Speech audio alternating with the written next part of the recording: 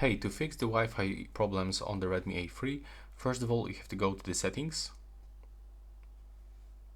Now you have to go to the network and the internet, open internet, and click on this icon in the right upper corner. Now it is actually going to reset our internet connection, but don't worry, it is not going to forget our current Wi-Fi network. Will be still connected, but it's actually restarting the network adapter that is actually inside our phone. If it doesn't work and you still have this problem, I can recommend you to go into the settings. Of course, we have to go back from this one. We have to go to the main settings page.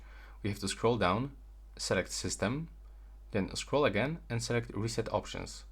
Right now we have to go to the reset Bluetooth and the Wi-Fi, and then we have to click reset to actually reset everything and get the fresh start of the Bluetooth and the Wi-Fi settings. So that's all. Tell me if it works. Right now, please subscribe.